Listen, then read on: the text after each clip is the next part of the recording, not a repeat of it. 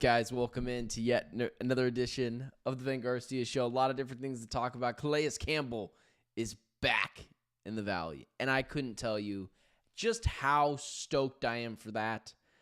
And there was a story regarding Kevin Durant and Devin Booker's future.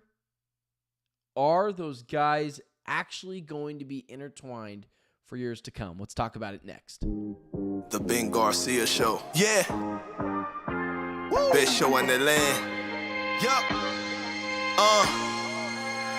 Listen. Come and get your information from Ben Garcia. Get the latest on your quarterback, running backs, and receivers. Tune in, so any other show you don't need him. Any news that he giving out, please just believe him. Giving out the latest prediction and top-notch analysis. Wanna hear the truth, better have thick skin like Calais. The latest move that your team just made can be damaging. The dudes ain't speaking no facts, they just be rambling. Lights, camera, action, turn on the show. Go get the cameraman.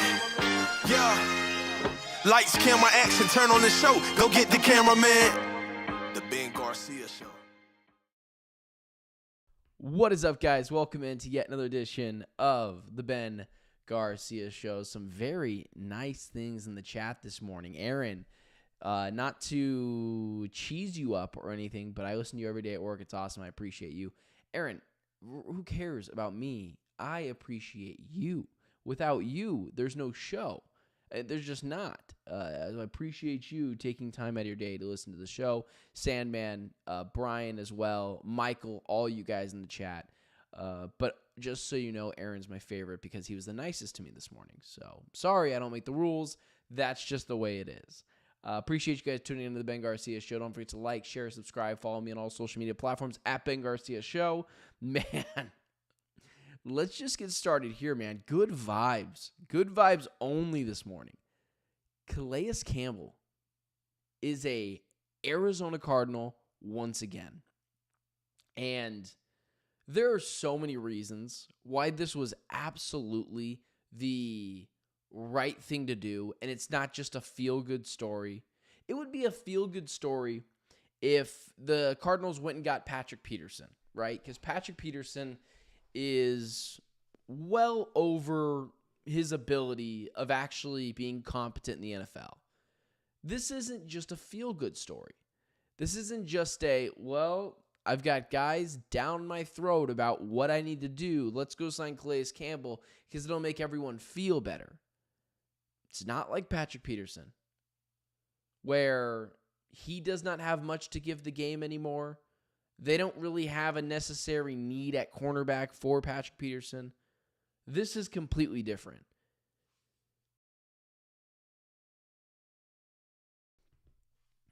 Just allergic to you guys, I guess. But this is completely different. This is going and getting something that not only people can get their arms around, but more than anything, it is a need at a position. And for those of you that see the Calais Campbell signing and go, oh, great. It's just another player that over the hill, his ability to rush the passer isn't there. Stop the run isn't there. Calais Campbell, and when he walked from the Cardinals in, I believe, 2017, I was actually one of the few people that was okay with it. Granted, again, I was 19 years old. What do I really know about football? But I talked about it a long time ago. I mean, what was that, 8 years ago? To be fair to Steve Keim and to be fair to the Arizona Cardinals, one, they didn't have the money to keep him around, him or Tony Jefferson. Tony, a guy that I'm actually friends with to this day. We've, played Madden multiple times together. Really good dude. But one of the reasons why they got rid of both those guys isn't because Steve Keim was a terrible GM, even though that's true. It's more so for the fact that it was the third contract. He was reaching his later stages of his career. You tend to fall off a cliff. But Calais, given his stature and given his ability to, stay in shape, he is defying the odds. He's, 37 years old, I think it is at this point. And he's still very competent. Yesterday, looking through some of the statistics for Calais Campbell, according to Pro Football Focus, 82 overall pass grade. That is 7th among all of our defensive linemen. 66 pass rush grade. 86 run defense grade. 82 overall grade. That's from Pro Football Focus on Calais Campbell. So, of course, he's going to have a stereotype against him because he's an older player, but he's been an older player for weeks. He's been an older player for years. So, credit to Monty, man. That is a absolute diamond in the rough to where it's like I have a soft spot for Calais Campbell, and I'm sure a lot of you guys do as well. That's a guy that just loves to be here. But forget about the football side of it. We've already seen what he can do for the Cardinals, rushing the passer, stopping the run. He fits exactly what they need. Now you've got a pass rush out there of Calais Campbell, Dalvin Tomlinson, Darius Robinson, Justin Jones, Bilal Nichols, Dante Stills. That's just the interior defensive lineman. And on the outskirts, you still have a draft pick. And now this flexibility of going and getting Calais Campbell does, again, give you flexibility. You don't necessarily have to draft a pass rusher now in the first round. Of course, you need to draft a pass rusher in the second or third round. That's still something you have to do. However, let's say Tedero McMillan falls to 16. I've seen the stories of him potentially not a study gym rat guy. Well, not gym rat, but not a study guy, but he's a wide receiver. I don't care. Tedero McMillan could fall. Shedeur Sanders could fall. You could still have that conversation. Not necessarily just drafting him, but if he falls to 16 and someone wants him, you could trade back. So there are a lot of different ways to go through this, navigate the draft now. You're not so hands tied, hamstrung to just beholden to drafting someone. So just a really good pickup. Not only is Calais Campbell feel good, and he's got a real connection to the Cardinals. I mentioned before, this is not just going and getting a guy and getting the band back together because it feels better, getting back together with an ex-girlfriend. Calais can still do something for you. 82 pass rush grade according to Pro Football Focus. Or I guess I should say, I just added yours a second ago, but 82 overall grade on the defensive line, 85 pass rush grade. 85 run defense grade from Calais Campbell. It's not like re-signing Patrick Peterson and just it makes you feel better. Patrick Peterson has nothing to give the NFL anymore. So, aside from being exactly what the Cardinals needed, it's just a good signing, and he's a leader in the locker room. You just got another Buda Baker on this team. Everyone likes Calais Campbell. I cover this team. I'll be out in the sidelines at training camp. And I'm going to see Calais Campbell, and I'm going to be a little excited because it's reminiscent of some of the things the Cardinals used to be and his ability to lead other players. This was a slam dunk re-sign. Because technically free agent, but he has been here before. Credit to Monty, man. Not just reaching for everyone's feels. He went and got a guy that is going to produce for the Cardinals.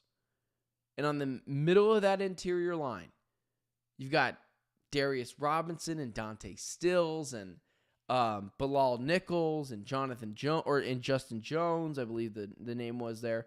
But you went from nobodies on the defensive line to Darius Robinson, Calais Campbell, Dalvin Tomlinson, Josh Sweat, Justin Jones, Bilal Nichols. You've got dudes now. And no, the pass rush is not going to be a top 5 pass rush in the NFL. But it is in the top half of the pass rushes of the NFL. And imagine how many more games the Cardinals would have won next year if their pass rush wasn't so god-awful. I'll answer that question. At least 2 more. And they would have been a playoff team. So this is how the Cardinals needed to address the situation. They didn't go out and overspend for Milton Williams just to go get him, because it makes you, the fan, feel better. They went and strategically picked out guys that not only fit the locker room, fit the culture, but aren't going to break the bank. They've still got to pay Trey McBride, and they're going to. But if there's a reason to get excited about the Cardinals, this is starting to be it. And Aaron points it out in the chat, exactly something I've been saying for the past couple of weeks. It raises the floor. There's no one on this team that they have went and got that you're like, oh, Micah Parsons, Trey Hendrickson. But strategically raising the floor of what this defense can be. It's not going to be a top 15 defense. Or, I guess I should say, it's not going to be a top 5, top 10 defense. Top 15 is actually very doable. And if that's the case, think of how many more games you win. And it doesn't just, tie your hands into having to draft a guy in the first round that can rush the passer. Now you can push that back to the second round. And what if someone falls? Tedoroa McMillan, I've talked about. Will Johnson, the cornerback from Michigan. Or, Shedeur Sanders. He could fall. So, if the kid Johnson from Michigan falls to 16, you're taking him. And you're not just going and getting a pass rusher just to go get a pass rusher. So, Monty slow clap. And if anyone is still going after him, because you didn't go sign Milton Williams to $1 million every 5 second he breathes deal, that's on you. Because this is what gets you excited. At least this is what gets me excited. So, really good move, and it just feels good. So cool to have Calais Campbell back on the Cardinals. All right. So there was a story yesterday. And it was from The Ringer. We covered this on Locked On Phoenix Suns, but I've still got some thoughts on it myself. From The Ringer, there was a story that came out and talked about Devin Booker and Kevin Durant and their uncertain futures. The first thing that came out of it is this. Kevin Durant wants to simplify the offense. And according to him, didn't love the way the offense was being developed under Mike Budenholzer. It was too complicated. Kind of a non-story for me. It does frustrate me a little that Kevin Durant's trying to take hold of the offense, and this is something that he's been talking about for a while now, and him trying to go out and simplify the offense like the players aren't smart enough to get through it. I think that's stupid, and I think it's all more about me. And last night, the Bucks throttled the Suns for most of that game, especially in the second half. I was impressed with how the Suns performed last night. In terms of, at least they just didn't give in. But the Bucks looked good last night. And you can't say you didn't have Kevin Durant. They didn't have Damian Lillard. But this is kind of where the end of the road happens for the Phoenix Suns. But even more so than the Mike Budenholzer stuff that I think is a little bit of a non-story. He wishes the offense was a little bit less complicated. I'm not really there. But Kevin Durant, the biggest thing to come out of the story was he's not ruling out a trade from the Phoenix Suns. He's open to staying here. Let me explain to you why I think it's total bullcrap. Why I think it is complete and utter BS. Kevin Durant knows he's getting traded. I know Kevin Durant's going to get traded.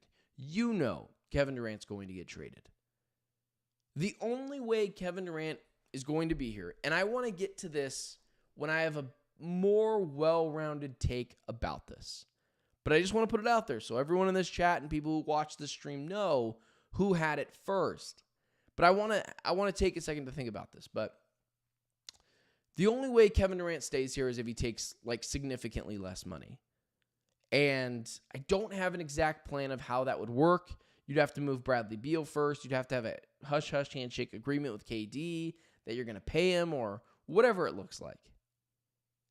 But if Kevin Durant wants to be here, he can be here. He just has to take a lot less money. Get them out from underneath the second apron. Potentially be able to use that money to bring in some other guys. Assess where you're at without Bradley Beal on the team. See what assets you still have after trading Bradley Beal. But let's call it what it is, guys. The only way Kevin Durant's on this team is if he takes significantly less money. More on that theory later in the week, maybe next week. But I wanted to throw that out there because it is an idea that I maybe half-baked, but I wanted to throw it out there. Kevin Durant is as good as gone. What I think Kevin Durant is doing is getting ahead of the narrative. Because Kevin Durant is a little bit more of a sensitive player, there is a negative connotation to the word sensitive, although I don't think it's an actual bad thing for people to be sensitive. Some people are just that way. But Kevin Durant knows that he's going to get traded. The Suns know he's going to get traded. I know he's going to get traded. You know he's going to get traded.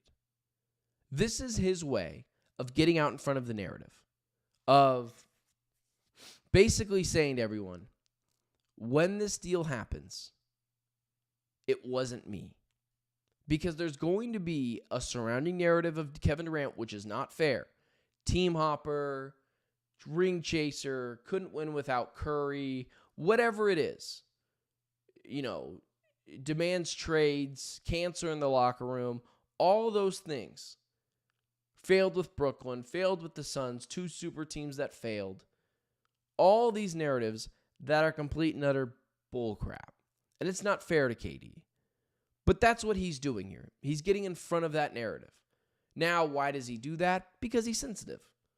He doesn't like when people go after him and question his greatness because it is not fair to him when they do it in that way. But that's what KD's doing. He is getting in front of the narrative. He's trying to show everyone, I don't want to leave. I'm not asking for a trade. So when I inevitably get traded, it's not because I asked for it. Because he's trying to get ahead of the narrative of team hopper, locker room cancer, can only win with Curry, always ask for a trade, all things that are not fair. But unfortunately for Kevin Durant, those are still going to exist. It's just going to exist. It's not going anywhere. Because some people, for better or for worse, will never say LeBron James is the best player of all time. Even though I don't know if there's any legs really for them to stand on anymore. Just because for better or for worse, people are going to hate Kevin Durant just to hate Kevin Durant. That is and what it always will be. So, when I see that story last night, it's just Kevin Durant getting ahead of the narrative. I don't blame him, although I do think he's wasting his breath, and people are going to hold it against him anyways. Even though, once again, it's not his fault. And then over to Devin Booker. One thing popped on from that did worry me. When he had said, I'm never going to be part of a rebuild again. And then I had my guy, Brendan Clean. He made a good point. Devin Booker wants to be here, but he will never be a part of a rebuild again, is what he said. At first, I thought, okay, Devin Booker's a chance he's not here. But then my buddy Brendan, co-host of Locked On Phoenix Suns with me, broke it down for me, and I thought it was very interesting, where you're never going to be in a rebuild with Devin Booker. The only way they're going to rebuild is by moving on from Devin Booker. Booker also said in the story that he really wants to keep Kevin Durant around. Okay, and I would really like to dunk. It ain't happening. There is virtually no way without Kevin Durant taking significantly less money that the Phoenix Suns keep both guys. And honestly, I couldn't really care less about it. I'm ready to move on. Hey, listen, you come to the show for authenticity, raw reactions. I don't sugarcoat things. I'm ready for it to be over. I'm just exhausted. If they run it back again next year without an actual plan in place, I will actually lose my brain cells. I know this is an uncommon unpopular opinion, and sometimes I have those because at times I can come off as a contrarian, and I don't mean to be. I just think a little differently, which could be a good thing, could be a bad thing. Depends who you ask. If you ask my wife, probably a bad thing. If you ask sports fans, at least in this chat, probably a good thing. I am over the Kevin Durant and Devin Booker pairing.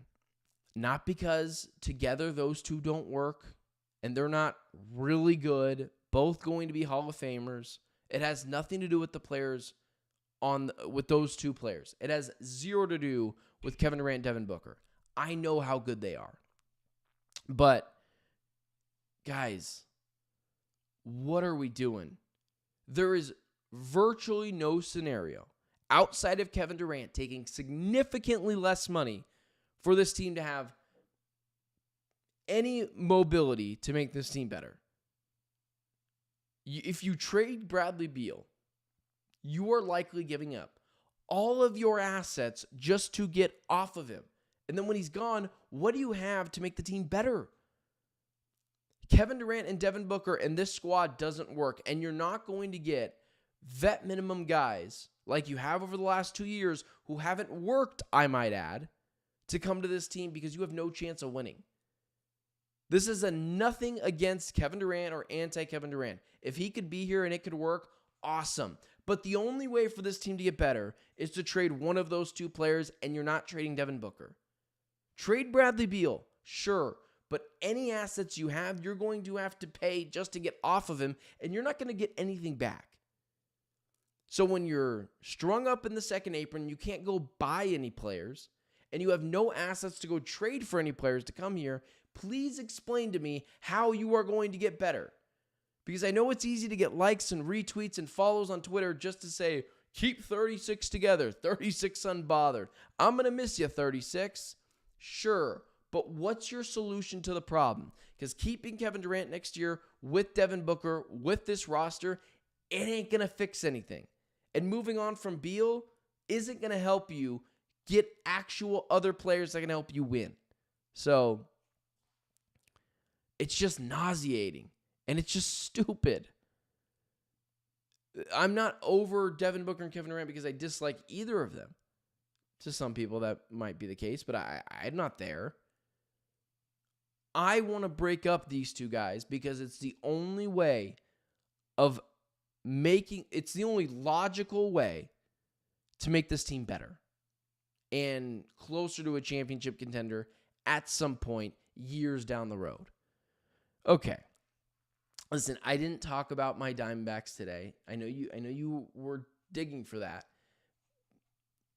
Man, they looked good last night, just so we're clear. They looked good. But hey, listen, I'm going to try to limit the Diamondback talk on this show. I understand baseball is not super popular.